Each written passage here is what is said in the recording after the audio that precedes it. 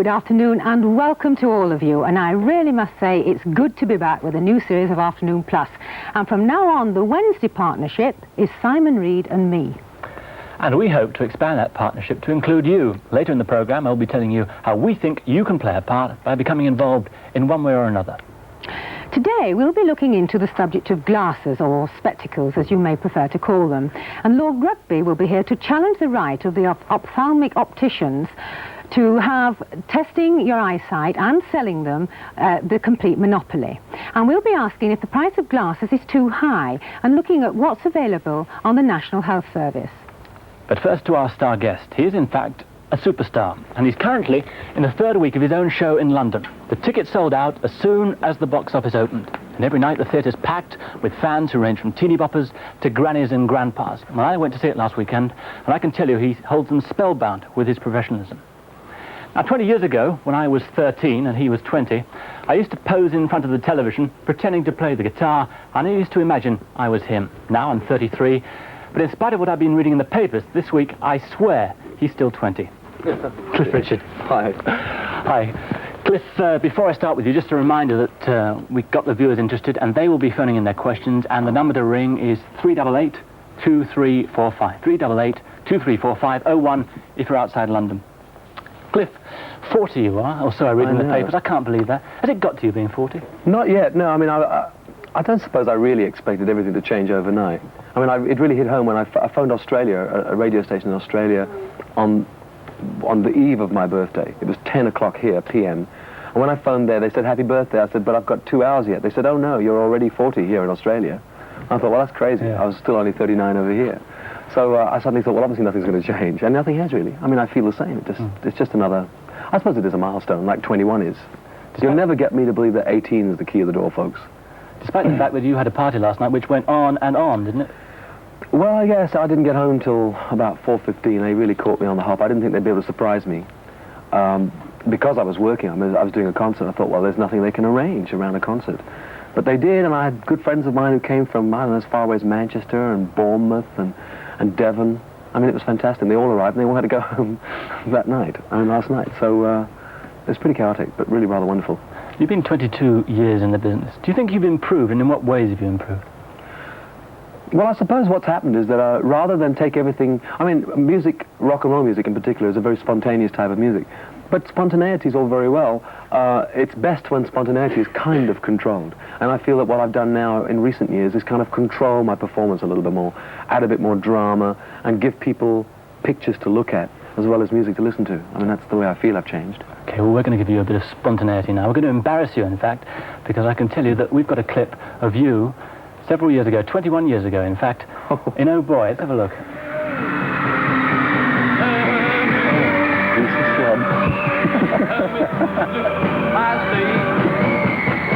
This is the first time I ever felt this way.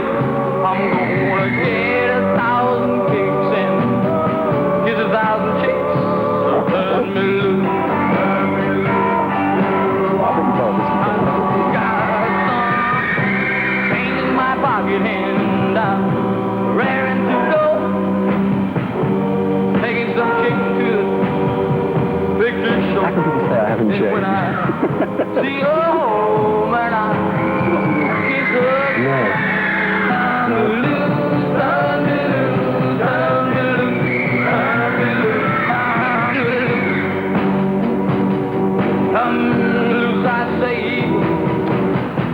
Oh, you youngsters can't remember that. Gonna be that day. I want you all to understand that now I am a man. So turn me loose.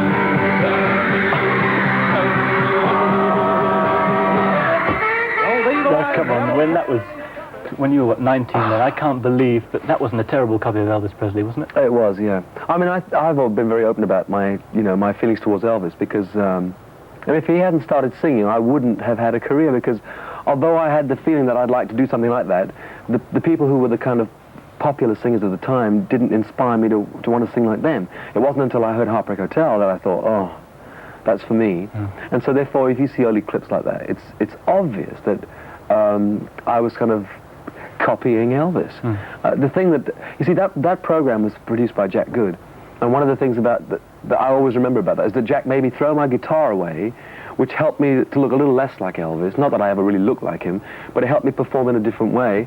And Jack used to make me rehearse every movement. I mean, I noticed standing up, my hand went to my ear at one point, you know. And I can't remember exactly, but I'm sure that he would have said to me at this point, do that.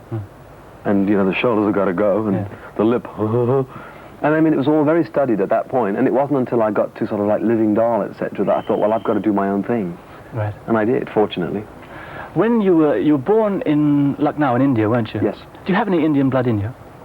As far as I know, no. I checked it out with my mum, and I said, well, you know, how come we were out there, you know, for a start? So, and it comes down to the fact that my grandfather on my father's side was a British engineer and went out there during the Raj, and my mother's father was in the army. So we're a bit British, really. Mm-hmm. You went back there, didn't you, a few years ago to Bangladesh? Yeah. Any strong feelings about going back? Well, the strange thing is I don't have any feelings about India being home, even though I was born there, because my family always talked about going home to Blighty. It was always, we're going home to England. So as a kid, I always thought, oh, I'm going home to England. It's crazy, really. But when I went there, of course, I mean, I do have connections, and I do have an affinity with that part of the world. And I went there it was a sad occasion, really, to go and see Bangladesh after their big war and everything, and to go into refugee camps. It was horrifying to think that we live in this luxurious comfort, and there are people there that won't hit 40. I mean, they're dead by the time they reach this, where my life is supposed to begin. So it was very, very traumatic. And I must admit, I was very touched. 3 years later, I went back. I went there in '73 first time. Then I went in '76. And I did some gospel concerts in Bombay and in Calcutta. And it was fantastic, but the set for my set in the cinema was a great big ribbon that stretched across and it said, "Welcome home, Cliff." And I was very moved that they should still consider me part of their setup, the Indians. I feel quite glad that we've got 5 minutes into this interview without talking about religion, because I know, in fact, it does envelop your life, and indeed, your new book, Happy Christmas from Cliff, is all about the Christmas and Christian side of Christmas, and it's devoted to charities. But I wondered if, in some ways, the religion, in the early days anyway, was a bit of a drawback. You mean in the early days of my conversion? Yeah, professionally I'm talking about. No, I mean, the strange thing is that I was obviously given a lot of advice by friends, you know, and some people said, look, if you're publicly known to be a Christian, it could damage your career. Some people said it wouldn't. But either way, I was torn, and I thought, well, I've got to make a decision. Either my faith does mean everything, or it doesn't mean anything at all. So when Billy Graham came over in '66, I'd been a Christian for a little while, not very long, and he invited me to be on his platform on what he called his youth night. And I mean, why ask me, I don't know. But anyway, I was younger then, I suppose. But I did it, and I've never looked back. I publicly made the declaration, and it's just, as you say, it's enveloped me since that time. I've never feared talking about it, and I like talking about it, in fact. I'm not quite sure how I got to that from your question. But it does, as I said, dominate your life. I wonder a little bit about Cliff Richard's life. You haven't got anybody particularly that you live with. You're not married, in fact. No. I wonder if you live a sort of a lonely life. No. I live with friends. I've got and loads of other friends that I have. I mean, I had my 40th birthday party last night. I suddenly realized how smashing it is for one man to have that many people who have meant a great deal over a period of time. Who are your friends? Oh, I mean, I've got my management, who are not just management. I mean, we have a unique relationship, I believe. And I've got friends who are friends who have become friends of mine since I became a Christian. In fact, people who are teachers, etc. In fact, I mean, I was really very moved because some of them had to be at school this morning, and the thing didn't finish till like 2, 3, and I didn't get home till 4. So I don't have a lonely life at all. I think it's a misconception to think that to be happy and settled you have to be married. In fact, there was a write-up in the paper saying, all I miss now is marriage and children. Well, maybe I do miss them, but I don't need them. I mean, it's a state that I quite like the idea of. I like the idea of marriage, but I'm prepared not to be married if necessary, because it's too important for me to mess around with. And at the moment, in fact, when I was asked on Monday at a press conference, did I look forward to being settled down? And I knew what they meant, but I said, well, I am settled. I am a terribly settled person. I'm really happy with my existence. I know God exists, and that's one of the main things in my life. Nothing else really matters as much. I've got a terrific career. I mean, and a lot of people that like me, a lot of people that love me, and I share my love in return, and it's fantastic. I can't imagine anybody being more settled. I can imagine being settled in another way as well. I can imagine being married. I can imagine having children, but I don't think they're a necessity to being settled, if you know what I mean. See, some people, when they think of Cliff Richard, think of Cliffy, oh, he's too good to be true. For example, I've had 2 burglaries in the last 4 or 5 days, things nicked out of cars. I wouldn't imagine that happens to Cliff Richard. Well, I mean, I'm not quite sure being too good to be true stops me being burgled, but... But how would you cope? I mean, can you cope easily with bad days? They do occur, presumably. Oh, sure they do, yeah, of course they do. I mean, no, I don't suppose I cope any better than anyone else. I mean, I can wake up with a throat and spend the whole day depressed thinking, how am I going to do the show tonight? And it does bring you down. I mean, it brings you down. I mean, the fact is that, of course, those of us in the public image do give an image of being, superficially at least, in control. And that's part of our profession. I don't think it's fair that the public should know that I'm suffering if I am suffering on stage. They haven't paid to hear that I've got a cold, so I don't tell them. Are you not worried, though, that everything's gone so smoothly for now, for the last 22 years? It's all right, so you've had a few downs, but mostly it's been ups. But just round the corner, there's an almighty kick in the teeth. Well, if there is, God's going to give me a new set of teeth. I just know it. All right, Cliff. Thanks very much anyway. Okay. And just for the viewers, a reminder that the number to ring, if you want to call Cliff, is 01 if you're outside London, 388 2345, and get your calls coming in. Well, not surprisingly, of course, the questions for Cliff are coming in thick and fast, and they're coming into a team of girls who are outside the studio in a room, and they're coping with them as quickly as they can, so do be patient if you're not getting through straight away.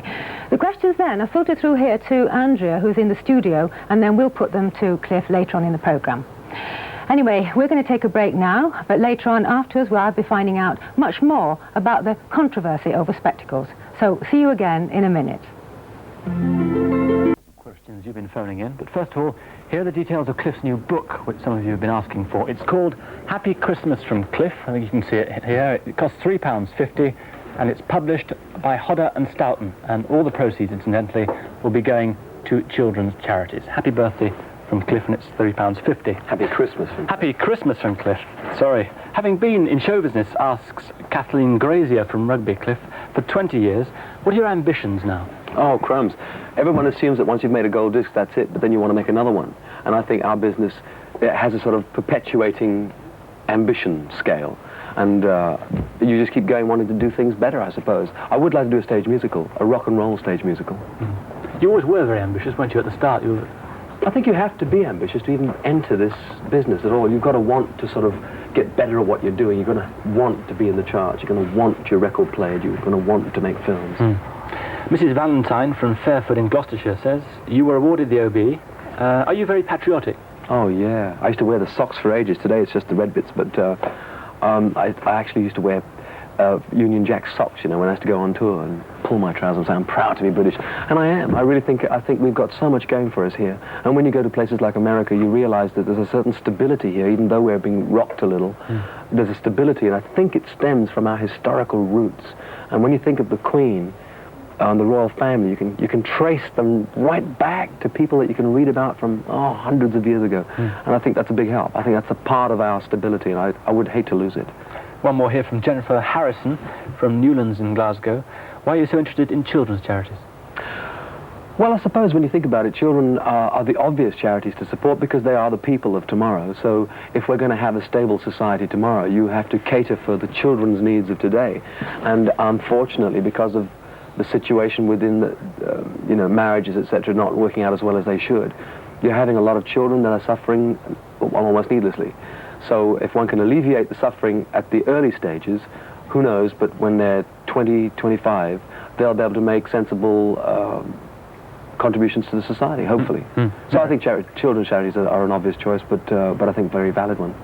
I think I've got some proposals here, actually, Cliff. Oh, We've good. got Sylvia James of Exeter and Daphne from Luton, who says, do you think you will ever marry?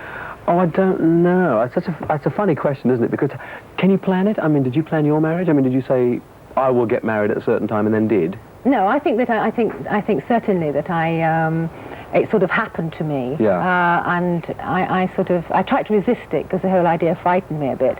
But you see, I'd like to come back on that one with Daphne and say, do you get to a stage where you're really quite frightened of marrying? Me? And yes. And what No. it entails. what frightens me about marriage is that it doesn't seem to be an easy thing to cope with, right? And what frightens me as a Christian is that, as far as I'm concerned, once I am married, that is it. There will never be a second one. And so, you know, so I've set myself a high standard, of course, and I realise that. Well, are you saying that you can't be lived with, then, almost, because you don't want that responsibility? No, I think I could be lived with. I just think that obviously I'd have to marry someone who felt as strongly about it, and that's not a very easy thing to find. It seems to me that we're living in an age, for whatever reason, when in fact it's almost too easy to get married because it's almost too easy to break that marriage and start again somewhere else. So that we've lost commitment. I mean, we've lost commitment not just in marriage, in any kind of relationship. We've lost commitment in our work. If people were committed, but truly committed to what they were going to do, then maybe things would work out a lot better. I'm sure they would do. So what I want to do is, if I get married, I want to commit myself to that marriage. And the only reason why I could ever get divorced would be if my partner was guilty of fornication or whatever, of adultery. So that I would then be the innocent, free party, and that's the only way I could ever marry again.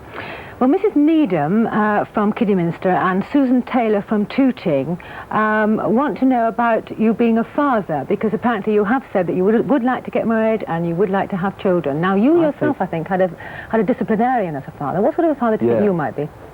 I think I could be quite a good father, really, because I mean, obviously, my father was, yes, he was a really tough character. I mean, I remember coming home from school, and if I complained about being walloped by a teacher, he'd say, "You must have done something wrong," and wallop me again.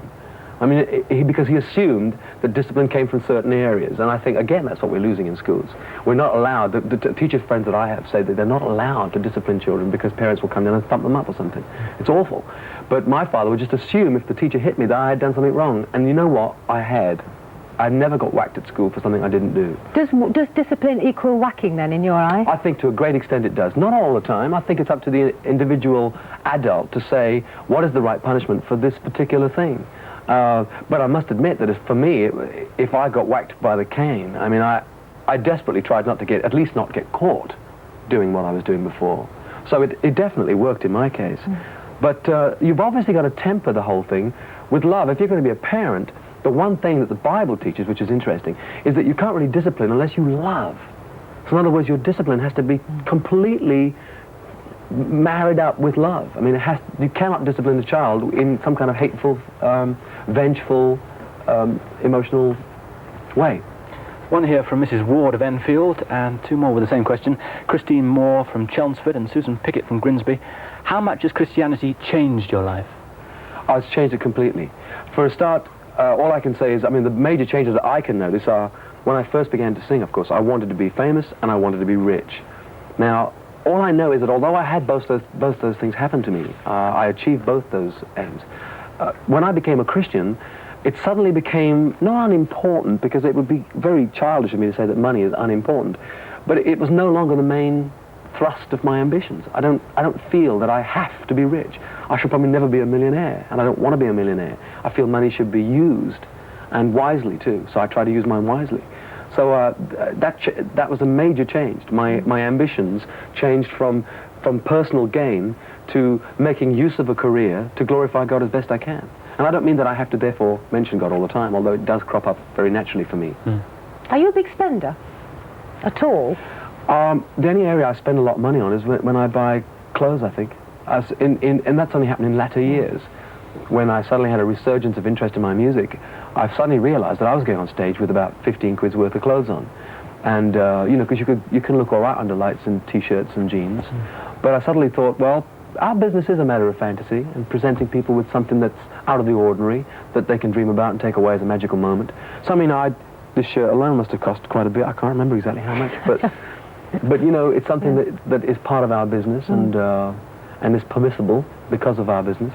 Two here that are linked, one from Mara Otley of Chesham and one from John Clamsey of North Devon. First, what do you think of the current pop scene? And secondly, specifically, what do you think of punks?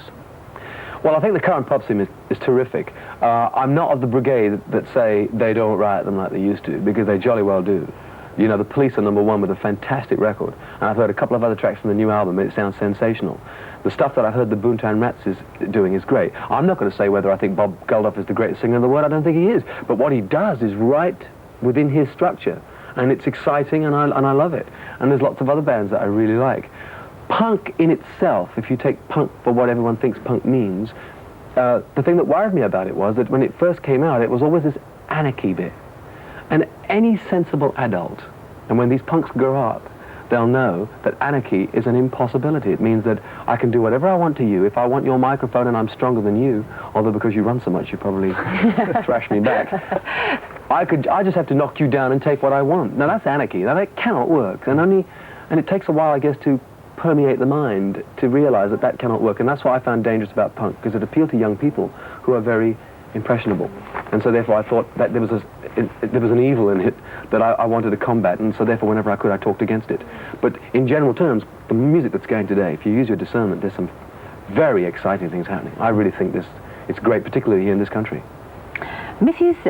Malice, I think it is, of Leeds, says, how did you manage to avoid the pitfalls of the drug scene? And can I add my little rider to that and say, was it because perhaps you didn't work so much in America? Yeah, it could possibly have been. Of course, I wasn't exactly naive, but I now know that funny smell in the dressing room was probably pot, because I worked with musicians who must have smoked it. But I think what helped me was that I never, ever have smoked in my life. For some unknown reason, I'll never be able to trace it back, but even my father, when I was very young, he'd say, pass me the ashtray. I'd get my sister to do it, you know. I just had an aversion to ashtrays and the smell of it. And although that aversion is gone, I mean, if you want the ashtray, I shall pass it. But I never, ever have smoked. So therefore, it obviously kept me off the inclination to smoke pot, because it's the same thing to me. Because I couldn't inhale smoke, there's no way I could inhale cannabis.